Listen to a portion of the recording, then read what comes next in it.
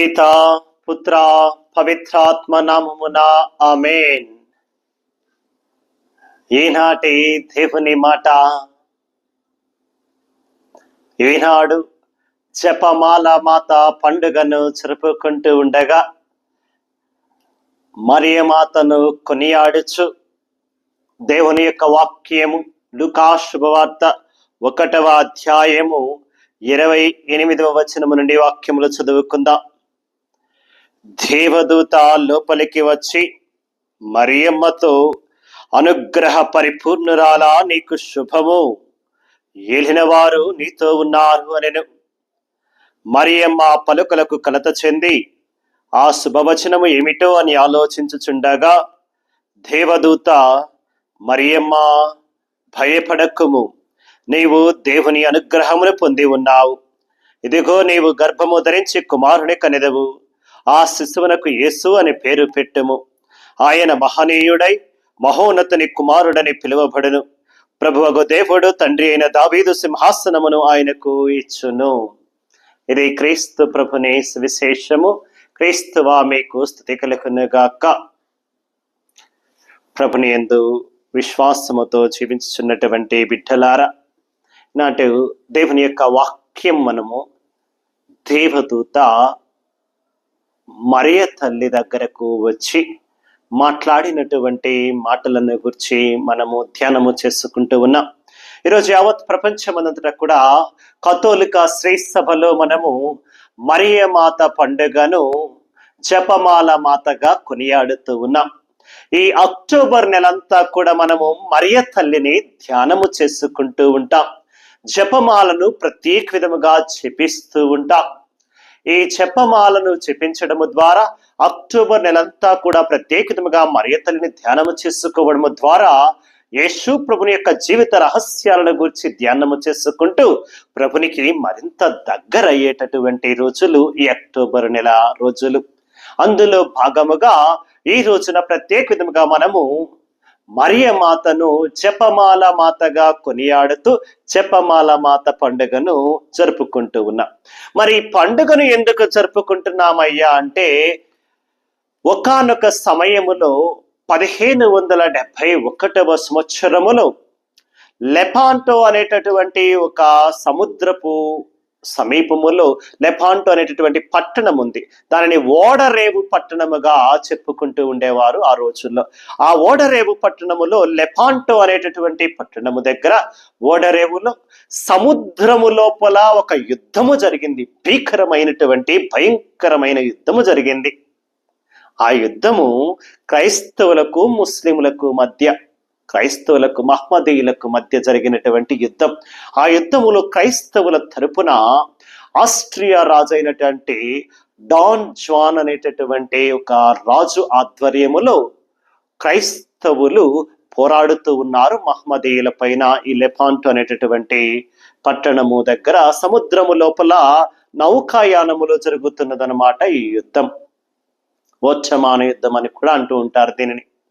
అయితే ఆ యుద్ధ సమయంలో క్రైస్తవులు ఓడిపోయేటట్లు ఉండి వాళ్ళ శక్తి సామర్థ్యాలు సరిపోక ఎలాగూ మనం ఓడిపోతున్నాము, గెలవలేము అనేటటువంటి స్థితిలో ఉన్నప్పుడు సైన్యానికి ఉత్తేజము కలిగించడం కోసం పోరాటములో ఈ ఆస్ట్రియా రాజు, క్రైస్తవుల తరపున పోరాడుతున్నటువంటి ఆస్ట్రియా రాజు ఏం చేశారయ్యా అంటే, చాలా చక్కగా ఆలోచన చేసి మరియ తల్లి మీద కలిగి ఉన్నటువంటి భక్తి చేత అక్కడ యుద్ధములో పోరాడుతున్నటువంటి వారందరికీ కూడా ఒక ఆజ్ఞను వేశాడు. క్రైస్తవులందరూ కూడా ఆయుధాలతో పాటుగా జపమాలను ధరించాలా. ఒక చేతిలో జపమాల, మరి ఒక చేతిలో ఆయుధము పట్టుకుని పోరాడండి. మరియ తల్లికి ప్రార్థన చేయండి. మరియ తల్లిని మన కోసం ప్రార్థన చేయమని, మరియ తల్లిని మనకు యుద్ధములో తోడుగా ఉండమని అడగండి. మరియ తల్లి అడిగితే తప్పకుండా యేసు ప్రభు మనకి సహాయము చేస్తాడు. అలనాడు కానాపల్లి విందులో మరియ తల్లి అడిగిన వెంటనే యేసు ప్రభు కదనకుండా చేశాడు. అమ్మా, ఇది నాకేమీ నీకేమి అన్నప్పటికీ కూడా ఆ తల్లి చెప్పింది కనుక లేక, ఆమె మాట కాదనలేక, నా సమయం ఇంకనూ ఆసన్నము కాలేదు అన్నటువంటి ప్రభువు తల్లి మాట జవదాటకుండా, ఆ తల్లి మాట కాదనకుండా అలనాడు కానాపల్లి విందులో మొట్టమొదటి అద్భుతము చేసి ఆ యొక్క విందు యజమానులను పెండ్లి విందులో వారి పరువు కాపాడారు ప్రభు గొప్ప అద్భుతం ద్వారా. తల్లి అడిగింది కాబట్టి, తల్లి చెప్పింది కాబట్టి, తల్లి ప్రార్థించింది కాబట్టి ప్రభువు చేశాడు. అందుకే ఈ రాజు గొప్పగా ఆలోచించి, ఆ తల్లి అడిగితే, ఆ తల్లి ప్రార్థిస్తే, తల్లి చెబితే తప్పకుండా యేసు ప్రభువు వింటాడు, మన తరపున యేసయ్య పోరాడుతారు. కాబట్టి తల్లి రహస్యమైనటువంటి ఈ జపమాలను ప్రతి ఒక్కరూ ధరించి, జపమాలని ఆయుధముగా భావించి యుద్ధములో పాల్గొండి అంటూ ఆజ్ఞ వేశారు. అప్పుడు ప్రతి క్రైస్తవుడు యుద్ధము చేస్తున్నటువంటి వారు క్రైస్తవుల తరపున జపమాలను ధరించారు, జపమాలని ఆయుధముగా స్వీకరించారు, ఎంతో గొప్పగా యుద్ధములో పోరాడారండి.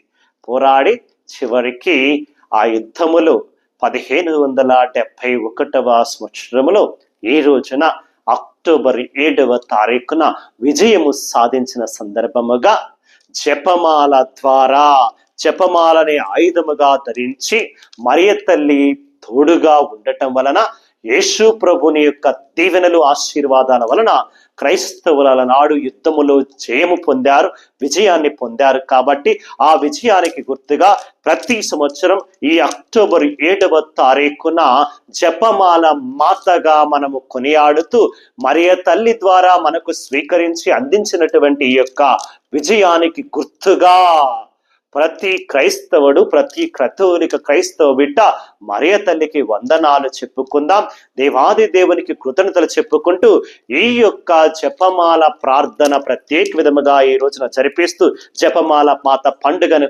కొనియాడమని 5వ భక్తినాథ పోపు గారు ఆజ్ఞ వేశారు. ఆ ఆజ్ఞ అనుసారముగా అప్పటి నుండి ఇప్పటి వరకు ప్రతి సంవత్సరము కూడా జపమాల మాత పండుగను అక్టోబర్ 7వ తారీఖున మనందరము కూడా కొనియాడుతూ ఉన్నాం. అయితే చాలా మంది అంటూ ఉంటారు, ఈ జపమాలను మనం ఎందుకు జపించాలి, యేసు ప్రభువుని కదా ప్రార్థించవలసింది, మరియ తల్లిని మనము ఎందుకు ప్రార్థించాలి అని చెప్పి చాలా మంది అంటూ ఉంటారు. ఒక్కసారి గుర్తు తెచ్చుకోండి, తెలియని వాళ్ళు తెలుసుకోండి, తెలిసిన వాళ్ళు జ్ఞాపకము చేసుకోండి. జపమాల ద్వారా మనము మరియ తల్లిని పొగడట్లేదు, మరియ తల్లిని స్తుతించట్లేదు, మరియ తల్లి నామాన్ని మహిమపరచట్లేదు. జపమాల ద్వారా మనము చేస్తున్నదేంటయ్యా అంటే, యేసు ప్రభుని యొక్క జీవిత రహస్యాలను ధ్యానము చేసుకుంటూ ఉన్నాం. పునీత ఫ్రాన్సిస్, ఇప్పుడున్నటువంటి పరిశుద్ధ పోపు గారు ఫ్రాన్సిస్ పోపు గారు ఒక మాట అంటూ ఉంటారు, మనము మన చేతిలో జపమాలను ధరించిన ప్రతిసారి కూడా, మన చేతులలో జపమాల పట్టుకుంటే మన చేతుల్లో మరియ తల్లి చేతులు పట్టుకున్నట్టు, జపమాలను పట్టుకున్న ప్రతిసారి మరియ తల్లి చేతులను పట్టుకున్నట్లు. అంటే మనము జపమాలను ప్రార్థిస్తుంటే మరియ తల్లిని పొగుడుతూ, స్తుతిస్తూ, ఆరాధిస్తూ, మహిమపరుస్తున్నామని కాదు అర్థం. మరియ తల్లిని ప్రార్థన చేతుల్లో పట్టుకొని ఈ జపమాలను మరియ తల్లి చేతులలో మన చేతులు ఉంచి ఆ తల్లితో కలిసి యేసు ప్రభుని మనం ప్రార్థిస్తున్నాం, దేవాది దేవుని మనం స్తుతిస్తున్నాం, దేవాది దేవుని నామాన్ని మహిమపరుస్తున్నాం. మరియ తల్లి నామాన్ని మహిమపరచట్లా, మరియ తల్లిని స్తుతించట్లా, మరియ తల్లిని ప్రార్థించట్లా. జపమాలను పట్టుకున్న ప్రతిసారి మరియ తల్లి చేతులను మనము పట్టుకొని ఆ తల్లితో కలిసి మనం ప్రార్థిస్తున్నాం. ఎందుకంటే యేసయ్యను మొట్టమొదట చూచింది ఆ తల్లి, యేసయ్యను మొట్టమొదటగా బాగా నమ్మి విశ్వసించింది ఆ తల్లి.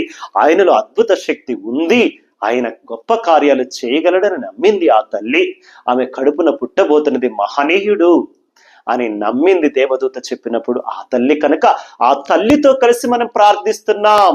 జపమాల చెప్పినప్పుడు మనము ప్రార్థిస్తున్నది మరియ తల్లిని కాదు, పొగుడుతున్నది మరియ తల్లిని కాదు, మహిమపరుస్తున్నది మరియ తల్లిని కాదు, కానీ మరియ తల్లి చేతులలో మన చేతులు ఉంచి ఆ తల్లితో కలిసి మనము జపమాల చెప్పినప్పుడు యేసయ్య నామాన్నే స్తుతిస్తున్నాం. ఎందుకంటే మనందరము గుర్తు పెట్టుకోవలసిన విషయం, జపమాల చెబుతున్నప్పుడు మనం ఏం చేస్తామండి? మొదటిగా పరలోక ప్రార్థన చెబుతాం. ఒక పరలోక ప్రార్థన చెప్పి 10 మంగళవార్త జపాలు చెబుతున్నాం. పరలోక ప్రార్థన ఎవరు చెప్పమని చెప్పారు, ఎవరు నేర్పించారు మనకి? యేసు ప్రభు నేర్పించారు. యేసు ప్రభు ప్రార్థించమన్నారు. బైబిల్ గ్రంథములో చెప్పబడింది. అంటే పరలోక ప్రార్థన ఇచ్చింది యేసయ్య. యేసయ్య చెప్పిన ప్రార్థనను, నేర్పించిన ప్రార్థనను మనం బోధిస్తున్నాం. యేసయ్య నేర్పించినటువంటి ప్రార్థననే మనము చెబుతున్నాం. పరలోక ప్రార్థన బైబిల్ గ్రంథంలో ఉన్నది కాబట్టి ఉన్న ప్రార్థనను మనం మరి ఒకసారి యేసు ప్రభునికి జపమాల ద్వారా కూడా పరలోక ప్రార్థన ద్వారా యేసయ్య నేర్పించినటువంటి ప్రార్థననే చెబుతున్నాం. రెండవది మంగళవార్త జపం. మంగళవార్త జపములో మనం ఏమి చెబుతున్నాం? దేవర ప్రసాదము చేత నిండిన మరియమ్మ వందనము, ఏలిన వారు మీతో ఉన్నారు అంటున్నారు. ఆ మాటలు ఎక్కడి నుండి తీసుకున్నాం? బైబిల్ గ్రంథములో చూడండి, లూకా శుభవార్త 1వ అధ్యాయములో 28వ వచనములో దేవదూత మరియమ్మ దగ్గరకు వచ్చి, అనుగ్రహ పరిపూర్ణురాలా నీకు శుభము, ఏలిన వారు నీతో ఉన్నారు. దేవుని యొక్క వరప్రసాదముల చేత నిండిన మరియమ్మ వందనమన్నా, అనుగ్రహ పరిపూర్ణురాలా అన్న, అనుగ్రహాలు ఇచ్చేది దేవుడే కదండి. దేవుని వరప్రసాదాలు నింపుకుని ఉన్నప్పుడు దేవుని దీవెనలు అనుగ్రహాలు పొందుకున్న తల్లి, నీకు శుభమమ్మా, ఏలిన వారు నీతో ఉన్నారమ్మా అని దేవదూత చెప్పిన మాటలు బైబిల్ గ్రంథములో రాయబడినటువంటి మాటలే మనము ఈ మంగళవార్త జపం చెప్పినప్పుడు, జపమాలను జపించినప్పుడు మనము బైబిల్ వాక్యాన్ని 1కి 10 సార్లు చెబుతున్నాం. బైబిలులో చెప్పబడినటువంటి మాటలు, బైబిల్ మాటలు, దేవదూత స్వయముగా పలికినటువంటి మాటలు, దేవునిచే పంపబడినటువంటి దేవదూత చెబుతున్నటువంటి మాటలు మనం 1కి 10 సార్లు చెబితే తప్పేంటండి? బైబిల్ మాటలే కదా. ఇంకా ఏం చెబుతున్నా మనం? దేవర ప్రసాదము చేత మరి మా వందనము, ఏలిన వారు మీతో ఉన్నారు. స్త్రీలలో ఆశీర్వదింపబడిన వారు మీరే, మీ గర్భఫలముగా యేసు ఆశీర్వదింపబడిన వారు. ఈ మాటలు ఎవరు పలికారు? పవిత్రాత్మ చేత నింపబడినటువంటి ఎలిజబెతమ్మ. ఈ బప్తిస్మ యోహానును తన గర్భములో నింపబడినప్పుడు పరిశుద్ధాత్మ చేత నింపబడినటువంటి ఎలిజబెతమ్మ మరియమ్మ గారు తన దగ్గరికి రావడం చూచి లూకా శుభవార్త 1వ అధ్యాయం 42వ వచనంలో పలికినటువంటి మాటలు చూడండి. ఎలిజబెతమ్మ ఎలుగెత్తి ఇట్లా, నేను స్త్రీలందరిలో నీవు ఆశీర్వదింపబడిన దానవు, నీ గర్భఫలము ఆశీర్వదింపబడెను. ఏం చెబుతున్నామండి మనం? బైబిల్లో ఉన్నటువంటి మాటలు, పవిత్రాత్మ చేత నింపబడినటువంటి ఎలిజబెతమ్మ పలికినటువంటి మాటలు, స్త్రీలందరిలో నీవు ఆశీర్వదింపబడిన దానవమ్మా, నీ గర్భఫలము ఆశీర్వదింపబడిన దానవమ్మా, నీ గర్భఫలము ఆశీర్వదింపబడినది అని ఎవరు పలికారు? పవిత్రాత్మ చేత నింపబడినటువంటి ఎలిజబెతమ్మ పలికిన ఈ 2 మాటలు, దేవుని చే పంపబడినటువంటి దేవదూత పలికిన ఆ 2 మాటలు, మొత్తము కలిపి 4 వాక్యాలు కూడా మనము మంగళవార్త జపములో జపమాల ద్వారా 1కి 10 సార్లు చెబుతున్నాం. చెబితే తప్పేంటి? అది మంగళవార్త జపములో మొదటి భాగం. 2వ భాగంలో ఏమడుగుతున్నాం మనం? 2వ భాగంలో ఏమడుగుతున్నామని? స్త్రీలందరూ ఆశీర్వదింపబడిన దానవు నీవే, మీ గర్భఫలముగా యేసు ఆశీర్వదింపబడిన వారుగనే అని చెబుతూ, పరిశుద్ధ మరియమ్మ సర్వేశ్వరుని యొక్క మాత, పాపాత్ములమైన మా కొరకు నిత్యము ప్రార్థించమ్మా అడుగుతున్నాం. మొదటి భాగములో బైబిల్లో దేవదూత పలికిన 2 మాటలు, ఎలిజబెతమ్మ పవిత్రాత్మ నింపబడినటువంటి మాటలు కలిపి మంగళవార్త జపం మొదటి భాగం చెబుతున్నాం. 2వ భాగంలో నీవు పరిశుద్ధరాలివమ్మ, మా దేవుని మా యేసయ్యను కన్నటువంటి తల్లివమ్మ, నీవు పరిశుద్ధరాలివి కనుక నీ ప్రార్థన భగవంతుడు నీతిమంతుల ప్రార్థన ఆలకిస్తాడు కనుక తల్లి మా కోసం నీవు ప్రార్థించమ్మా. మేము మానవులం, బలహీనులం, శక్తిహీనులం, మా శక్తి సరిపోవటము లేదు, మా బలము సరిపోవటము లేదు కనుక శక్తివంతురాలు, భక్తివంతురాలు, విశ్వాసము కలిగినటువంటి స్త్రీమూర్తివి, పవిత్రురాలు, నీతిమంతురాలు, పరిశుద్ధరాలు కనుక నీవు మా కోసం ప్రార్థన చేయమ్మా, మాతో కలిసి ప్రార్థన చేయమ్మా అంటూ ఉన్నాం. తల్లిని జపమాల ద్వారా మనం అడుగుతున్నది, అమ్మా మా కోసం ప్రార్థన చేయమ్మా అంటున్నాం. రెండవది, జపమాల పట్టుకుని ప్రార్థన చేస్తున్నప్పుడు క్రైస్తవులకు యేసయ్య ఇచ్చినటువంటి ఆయుధం ఇది. ఈ ఆయుధాన్ని పట్టుకుని మనం ప్రార్థన చేస్తుంటే అర్థం మరియ తల్లి చేతులు పట్టుకొని మరియ తల్లితో కలిసి మనము యేసయ్యని ప్రార్థన చేస్తున్నట్టుగా గుర్తు పెట్టుకోవాలి.